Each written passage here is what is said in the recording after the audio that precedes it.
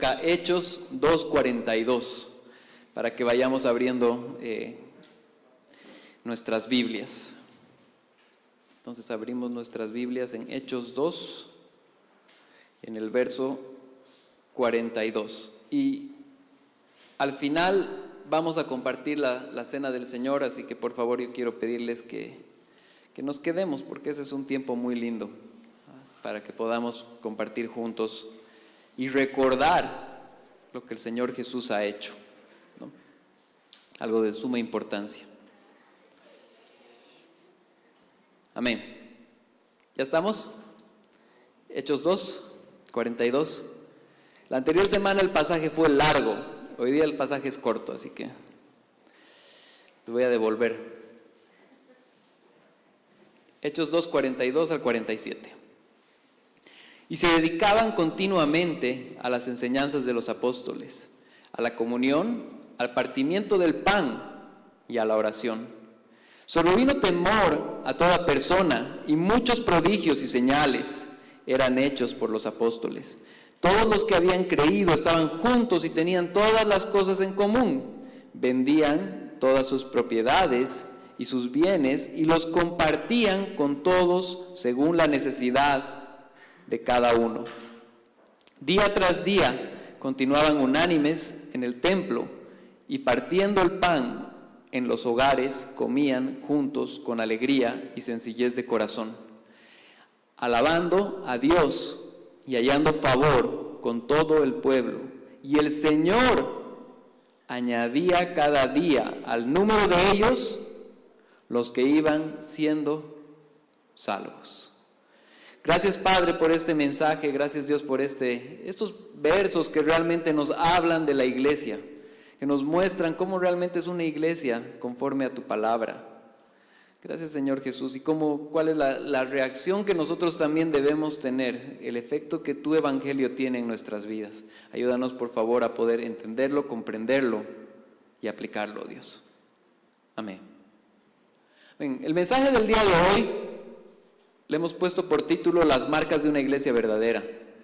Y mientras vayamos explicando, vamos a poder entender el porqué del título. Pero bueno, quiero hablar de algo que probablemente muchos de ustedes han hecho. No sé cuántos de ustedes conocen este juego que se llama 60 segundos. Alguna vez o lo hemos jugado o tal vez hemos escuchado, y si no, yo les voy a contar. Este juego básicamente consiste en que vamos sacando, tenemos una ficha, lanzamos el dado nos lleva a una casilla y la casilla nos da opciones para poder interpretar lo que dice la tarjeta. Tenemos un equipo, el cual tiene que, por nuestra interpretación, ya sea hablada, ya sea mediante mímicas, ya sea con dibujos, depende en la casilla en la que caigamos, tiene que adivinar lo que dice, la palabra que dice, y si logran, entonces el equipo gana la tarjeta. Y así va pasando por todos los equipos hasta que el equipo que ha avanzado más lejos y tiene más tarjetas, ganó. Y es interesante ver cómo en este proceso, cuando uno juega, la persona que está haciendo ya sea mímicas, trata de hacer su mejor esfuerzo para realmente mostrar lo que dice la tarjeta. Y hay personas que son muy hábiles y lo hacen en un segundo, hay otros que no. Pero también suceden a veces que tocan unas palabras que ni siquiera el que la lee sabe lo que significa. Entonces, un poco más y tiene que buscar su diccionario para hacerlo. Pero la dinámica de esto es que a través de la mímica, a través de el dibujo o las rimas, como son las diferentes opciones, se tiene que saber qué es lo que dice. Y es interesante relacionar esto con la primera iglesia, porque habíamos compartido la semana pasada de cómo por el Espíritu del Señor se había compartido el Evangelio. Se había compartido el Evangelio a muchas regiones, estamos en Jerusalén todavía, muchas personas que estaban de visita festejando este día famoso de Pentecostés, que era un día de la cosecha para ellos. Y entonces hemos acabado la semana pasada con algo muy importante. Se añadieron 3,000. Yo solamente me puse a imaginar cuando escuché ese, wow, qué complicado. O sea, porque nosotros hemos tenido un proceso en el cual nuestra iglesia ha ido creciendo. Y cuando va creciendo, comienza a haber mayores retos para poder estar juntos, para poder ir respondiendo a lo que va sucediendo. Yo me imagino esa iglesia, se va el Señor, Pedro predica 3,000. Imagínense, ni siquiera había micrófonos, ¿no? Entonces, había una dinámica muy interesante. Pero la palabra de Dios se encarga de mostrarnos cuáles eran esas características que tenían estos hermanos, tanto los recién salvados como los que ya habían conocido el Evangelio por medio de Jesucristo directamente. Entonces, hoy día nos vamos a enfocar en eso. Si no utilizamos la Biblia como parámetro, podemos pensar que no existen marcas visibles de los creyentes en las iglesias. Podemos pensar que no hay esto. Pero la palabra de Dios nos muestra que la salvación de Dios hace visible a través de sus miembros la salvación que ha ocurrido. Es visible, es evidente. Esta mañana vamos a ver cómo la salvación se hace visible a través de las características de quien recibió la salvación. Y a través de este comportamiento de la iglesia y de sus miembros, mostramos un testimonio tanto de forma interna como externa. El punto número 1 es lo que una iglesia vive respecto a sus creencias.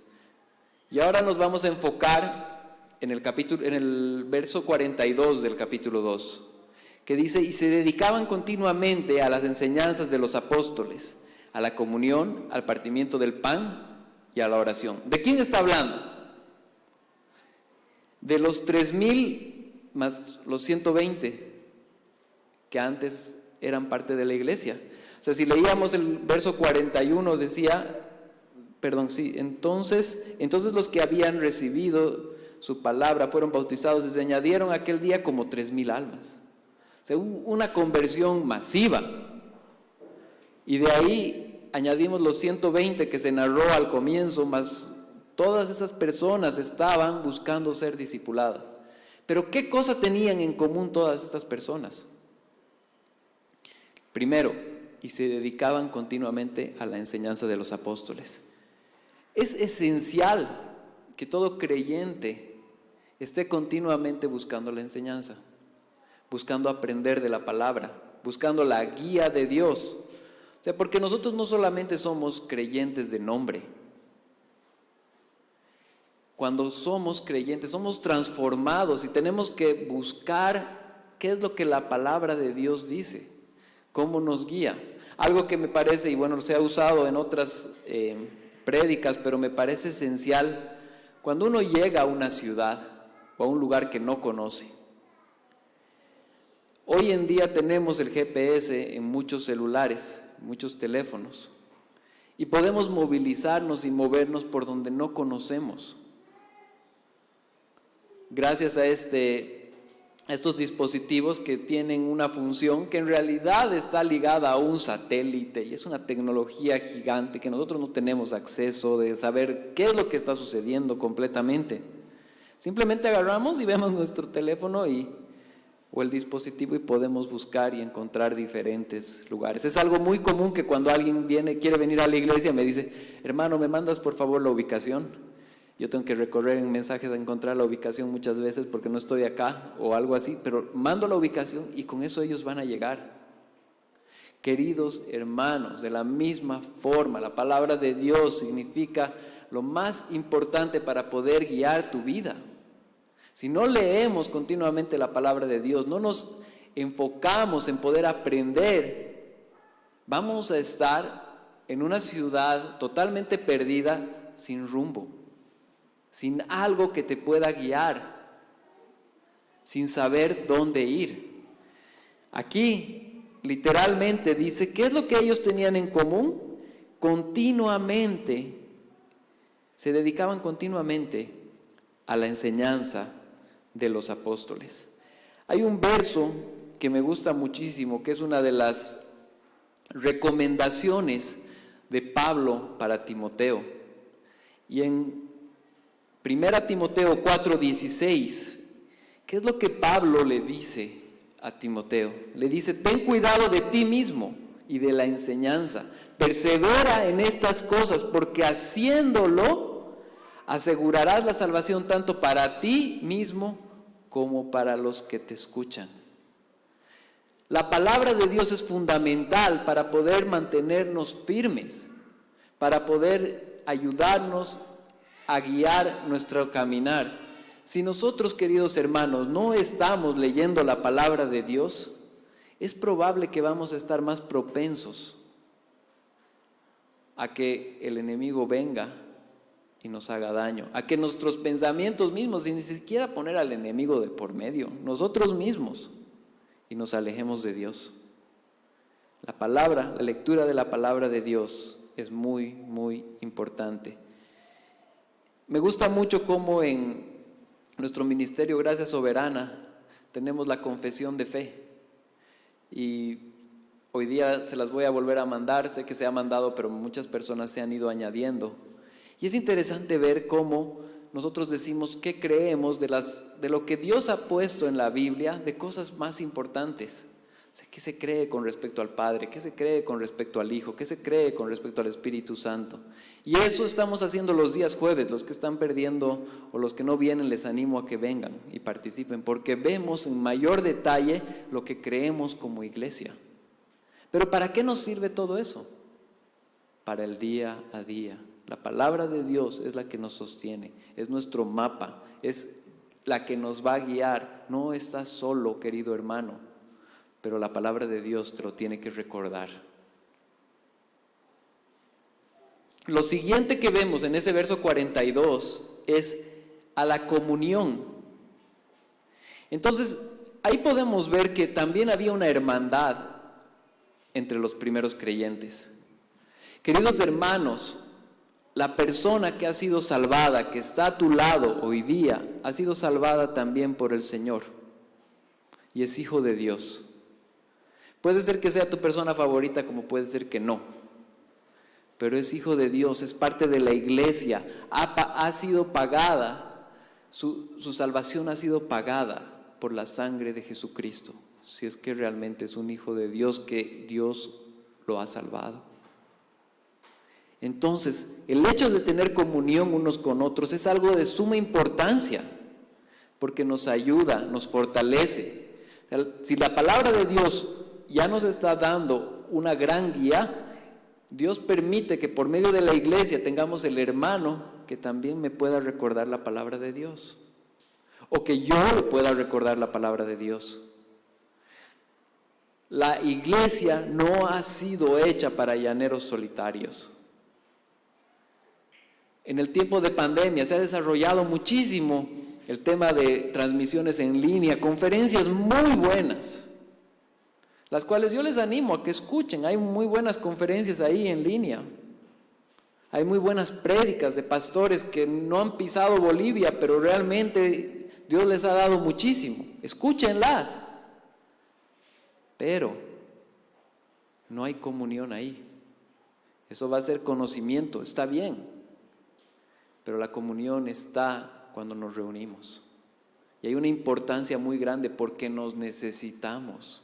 Dios lo ha hecho así. Tú necesitas al hermano que está a tu lado y el hermano que está a tu lado te necesita a ti. Y esas siguen siendo las marcas de esta iglesia verdadera, de estos primeros creyentes. Lo siguiente que vemos, al partimiento del pan. Qué importante. ¿Por qué es importante que estos primeros creyentes compartan la cena del Señor? Porque aquí específicamente se está mencionando, se está refiriendo a la cena del Señor. Porque cuando compartimos el pan y el vino, estamos obedeciendo al mandamiento de Dios de recordar esto en memoria de su muerte, su crucifixión, su muerte y su resurrección.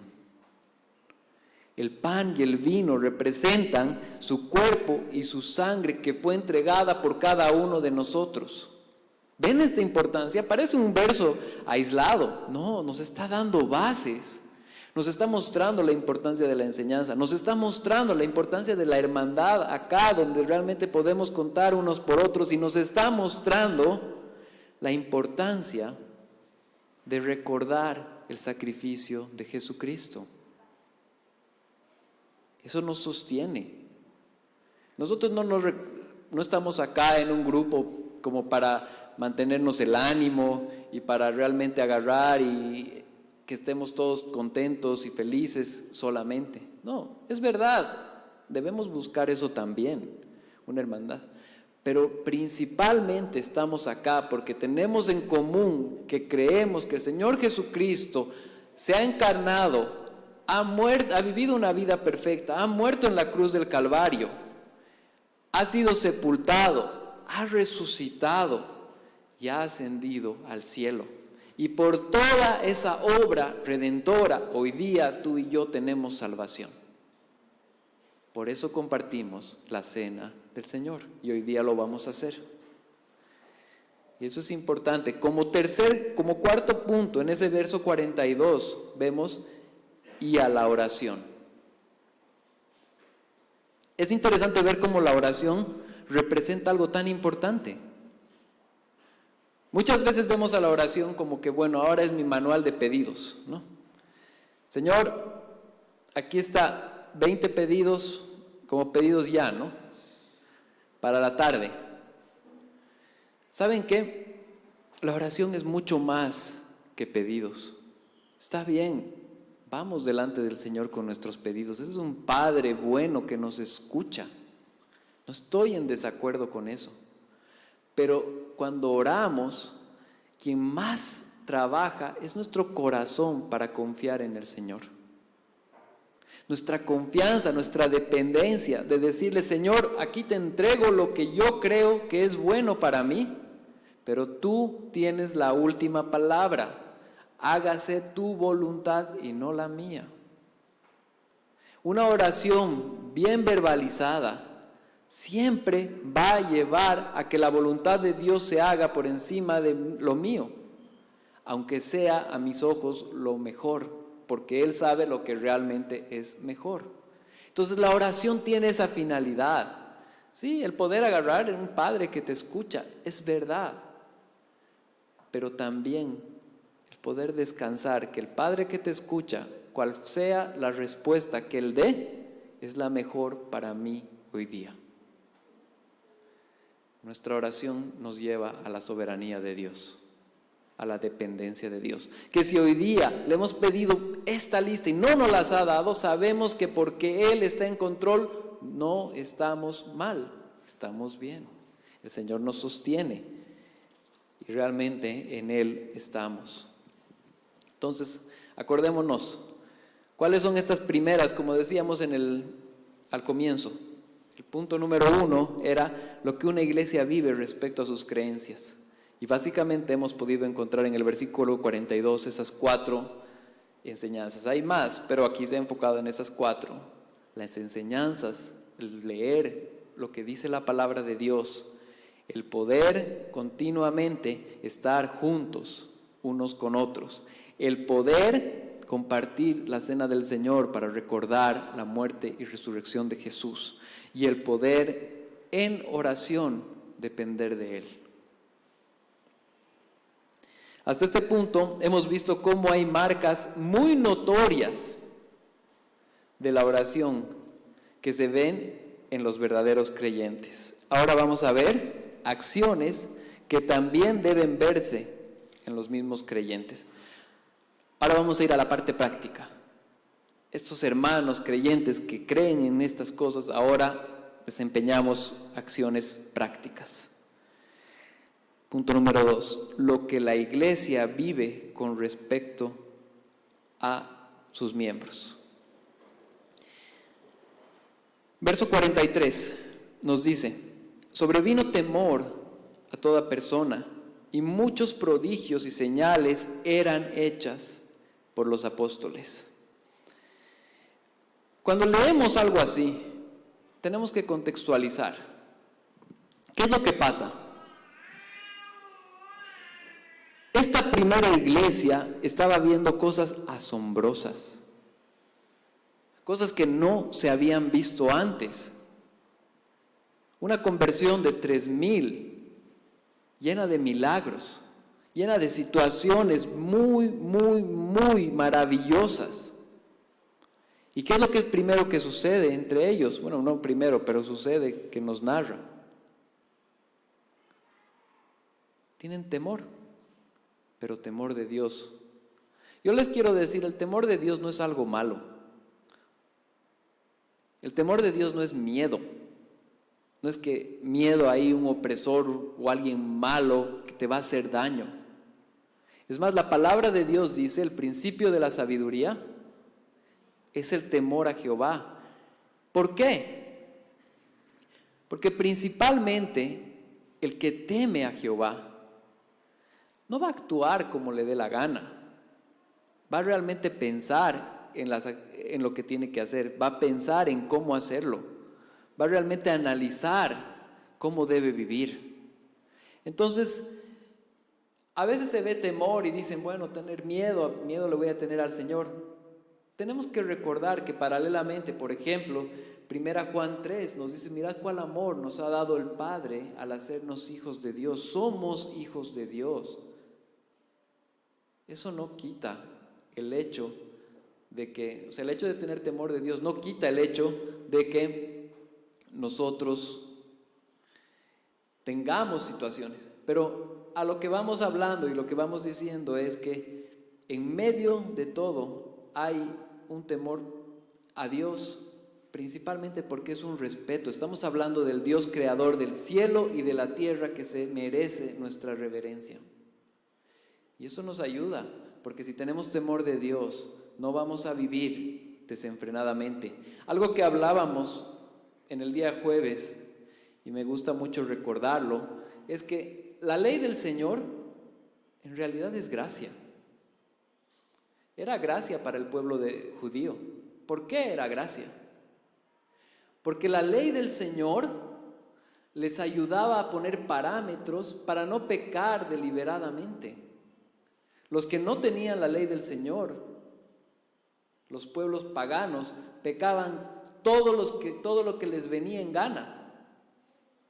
Estaban transgrediendo a Dios todo el tiempo, sin saberlo, sin conocerlo. La ley representa una forma de poder saber qué es lo que el Señor piensa, qué es lo que el Señor dice, y nos ayuda a vivir correctamente. Entonces, evidentemente nosotros no vivimos bajo la ley, vivimos bajo la gracia. Pero cuando tenemos algo de temor de Dios, podemos identificar que nuestras acciones también cuentan. Y debemos vivir una vida agradable a Dios porque hemos recibido todo de gracia. Amén. Entonces ahí vemos, verso 43. Y había muchos prodigios y señales y eran hechas por los apóstoles. Entonces era Dios respaldando a esa primera iglesia, mostrándoles lo que Él había hecho, mostrándoles que Él estaba por delante. Aquí en el versículo 44 al 46 vamos a ver mucho más énfasis en el tema de la comunión, del estar unos con otros que habíamos hablado antes.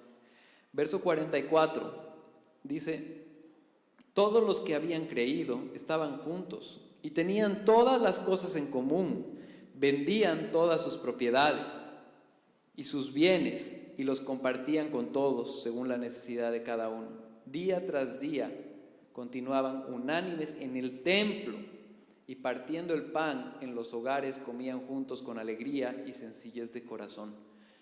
En esta segunda parte vemos dos cosas muy importantes. Esta iglesia realmente era iglesia. Esta iglesia estaba pendiente del hermano que estaba a su costado. Queridos hermanos, en este momento que Dios está formando una iglesia en medio nuestro, comencemos a interactuar y a saber qué es lo que viven las otras familias. Comencemos a saber en qué situación están, cómo podemos orar por ellas, cómo podemos apoyarlos. De la misma forma, cómo podemos aprender, cómo pueden ellos apoyarnos. Somos iglesia. El Señor ha establecido eso de esa forma. Y puede ser que digan, bueno, o sea, a mí no me gusta estar con otras personas. Y saben que es verdad, cada persona es diferente. Hay personas que les encanta estar con todos al mismo tiempo y hay personas que son más reservados. En medio de todo esto yo les digo, hay lugar en la iglesia para todos. Ya sea que seas una persona que todo el tiempo estás buscando reunirte con todos, o seas una persona más reservada, ambos tenemos que morir un poco a lo que somos para estar juntos en la iglesia y poder cumplir lo que el Señor nos ha dicho, dándole mucha más relevancia. El saber cómo están las otras personas, el poder ayudarlas, el poder escuchar, está haciendo iglesia. ¿Por qué? Porque estás amando a esa persona que el Señor amó incondicionalmente. ¿Se recuerdan qué es lo que dijo el Señor con respecto a cómo se reducía, en qué se reducía toda la ley?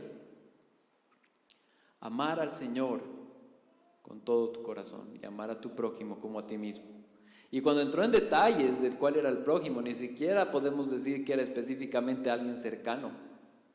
Pero ese amor, el Señor realmente reduce, y no es que reduce, sino realmente engloba todo lo que Él busca de nosotros en el amor. Y nosotros debemos amar los unos a los otros, amar a nuestros hermanos. Y quiero poner aclarar algo, porque este pasaje muchas veces ha sido utilizado para decir, cuando dicen y vendían todas sus propiedades y sus bienes y compartían con todos, esto era algo totalmente voluntario. Lo vamos a ver un poco más adelante, inclusive cuando hay un caso de Ananías y Zafira, que ellos mienten y ellos dicen que en realidad vendieron a un precio. Y Pedro, cuando los exhorta, les dice claramente, ustedes no tenían la necesidad de vender eso. Era una práctica que se estaba dando, una iglesia temprana y que realmente querían estar unos con otros y que realmente querían apoyar. Entonces comenzaron a hacer eso. Y es algo bueno, más bien deberíamos aprender más de eso. Pero es algo voluntario en el sentido de que el Señor nos llama a hacerlo, pero no nos está diciendo como mandato, bueno, hoy día todos van a vender su casa y vamos a vivir acá, digamos, no, sino básicamente nos está diciendo, busquemos con nuestros recursos también, no solamente con nuestra vida, no solamente en oración, sino también con recursos, poder apoyar a las otras personas con las cuales convivimos en la iglesia, ¿no? Es un punto muy importante. Y en el verso 45 también nos da una segunda parte. 45 dice, vendían todas las propiedades y sus bienes y las compraron, eso ya vimos. 46, día tras día continuaban unánimes en el templo y partiendo el pan en los hogares y comían con alegría y sencillez de corazón. ¿Qué es lo que a ellos les unía? La adoración al Señor. Estaban unánimes en el templo buscando al Señor. O sea, lo que habíamos leído antes, que era buscar la palabra de Dios, lo hacían. Realmente ellos lo hacían, buscaban crecer juntos, buscaban alabar a Dios. Pronto vamos a leer sobre eso, sobre la alabanza a nuestro Dios. Entonces esta iglesia temprana también estaba buscando del Señor conjuntamente y también en los hogares. Dice que compartían el pan, estaban juntos. Una de las dinámicas que me gusta cuando tenemos acá los días jueves es que acabando, generalmente compartimos un tiempito, un pan. Hay una hermana excelente que nos bendice y realmente podemos compartir y estar juntos. Esa es la iglesia. Eso es lo que el Señor nos ha mandado y es lo que podemos hacer juntos. El poder confraternizar, el poder tener comunión es esencial para la iglesia. ¿Se dan cuenta cómo Lucas, por la revelación de Dios, nos está mostrando tantas pautas? Se acaban de convertir 3,000 personas y nos da unas pautas increíbles de qué es lo que realmente, por medio del Espíritu Santo, los apóstoles guiaron a la primera iglesia a hacer. Entonces, tomemos atención, prestemos atención. No son solamente unas ideas, son cosas específicas que deben sobreabundar entre nosotros. Amén. Amén, amén. Y después, por último, dice, comían juntos con alegría y sencillez de corazón. Había humildad entre ellos, había sencillez, había el hecho de poder estar con otras personas. Es verdad, cuando llegamos acá a la iglesia, ¿podemos ser de diferentes países? Sí. ¿Podemos hablar diferentes idiomas? Sí. No se da tanto en nuestro medio porque generalmente somos más de Bolivia. En otros lugares a veces se da más. Pero podemos estar juntos de diferentes naciones, podemos estar juntos con diferentes niveles educativos, podemos estar juntos de diferentes grupos. O sea, en realidad, cuando llegamos a la iglesia formamos un nuevo grupo, que son las personas que hemos sido salvadas por el Señor Jesucristo. Amén. Y eso tiene que verse mostrado en nuestra interacción acá también. Entonces, primero vimos que todo creyente debe profesar la fe, buscar la enseñanza. Luego vimos que lo que todo creyente debe hacer con respecto a la fe. O sea, cuáles son las cosas prácticas que debe hacer. Ahora vamos a ver lo que todo creyente debe hacer con respecto a las personas que no conocen a Dios. Este pasaje es muy completo porque primero nos ha hablado con respecto al creyente, después en esta dinámica acá, y ahora nos muestra con respecto a las personas que no conocen a nuestro Señor Jesús. Punto número 3, lo que una iglesia vive con respecto a los que no conocen a Dios. Y ahí entramos al versículo 47. Alabando a Dios y hallando favor con todo el pueblo, y el Señor añadía cada día al número de ellos los que iban siendo salvos. Lo primero que nos menciona acá es que dentro de una iglesia hay alabanza, hay adoración. Y eso me recuerda muy bien en Isaías 43:7, que dice: a todo el que es llamado por mi nombre y a quien he creado para mi gloria, a quien he formado y a quien he hecho. Dios nos ha formado y nos ha hecho para darle gloria. Ese ha sido el objetivo. Es interesante entender esto, porque muchas veces no entendemos el objetivo de lo que tenemos. Cuando uno agarra un celular, si yo le muestro un celular a mis hijas, es probable que ellas van a interpretar que el celular es para jugar, principalmente, porque a ellas les atrae eso. O cuando le das un auto a un joven que le gusta correr, él va a pensar que el auto es para correr.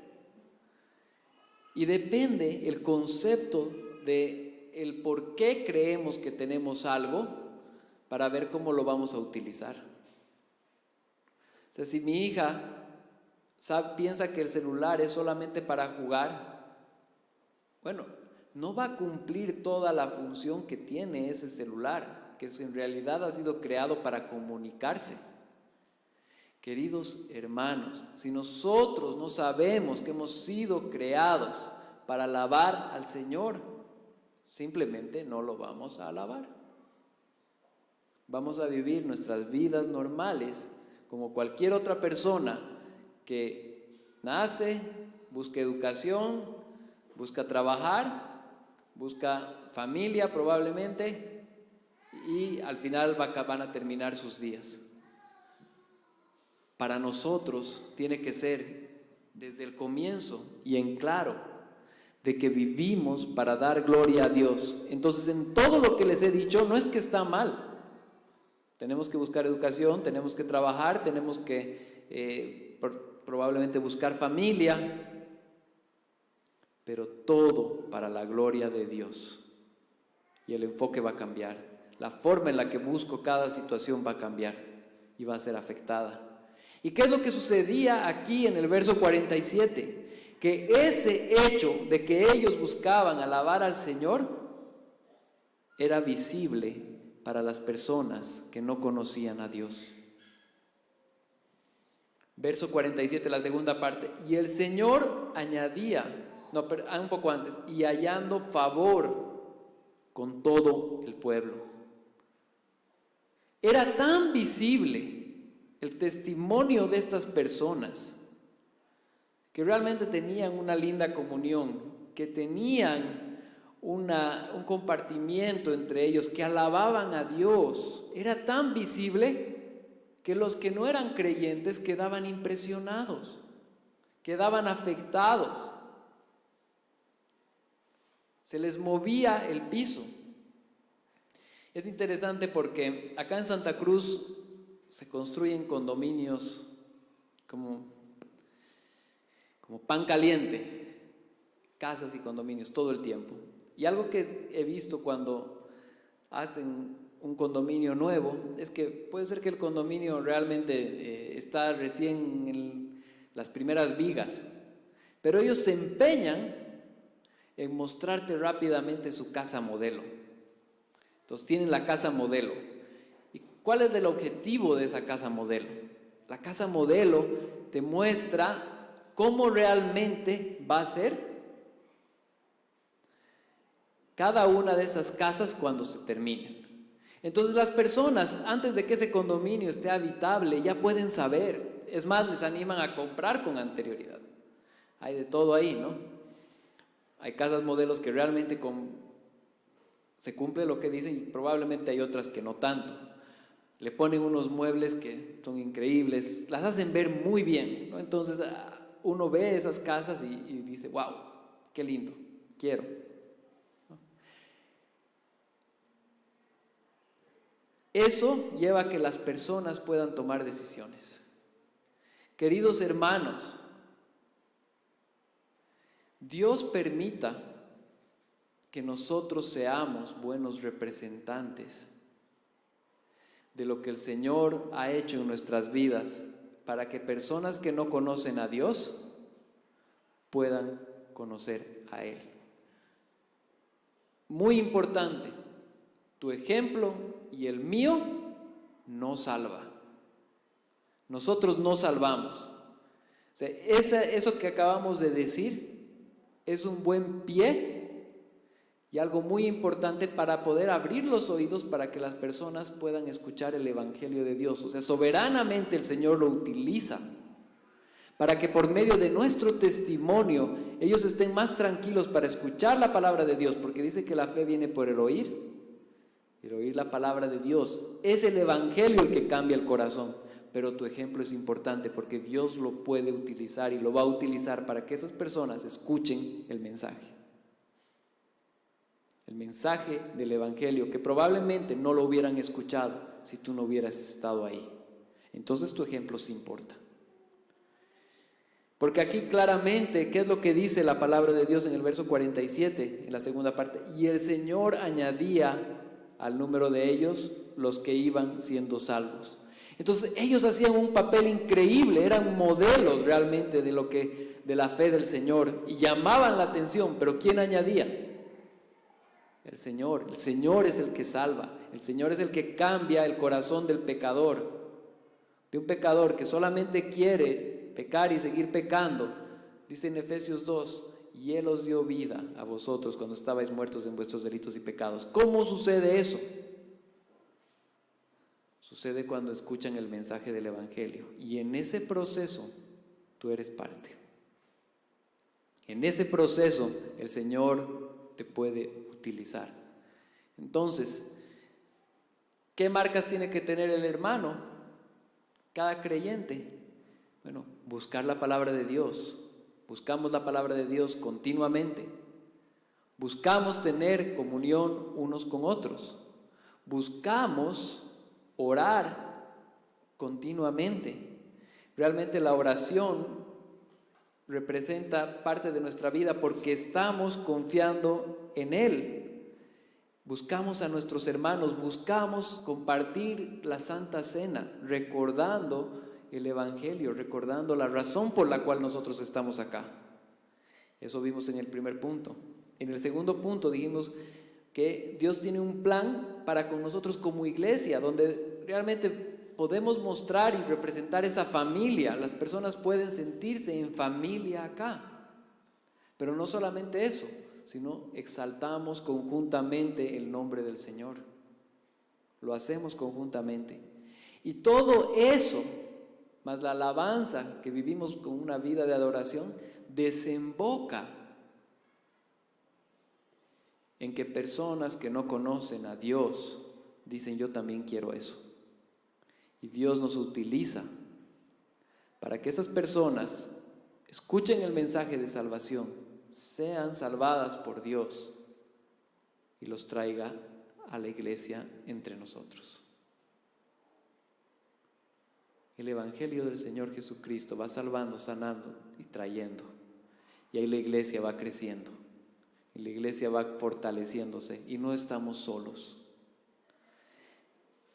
Otro título que se le hubiera podido poner a este mensaje es que realmente no estamos solos. No estamos solos.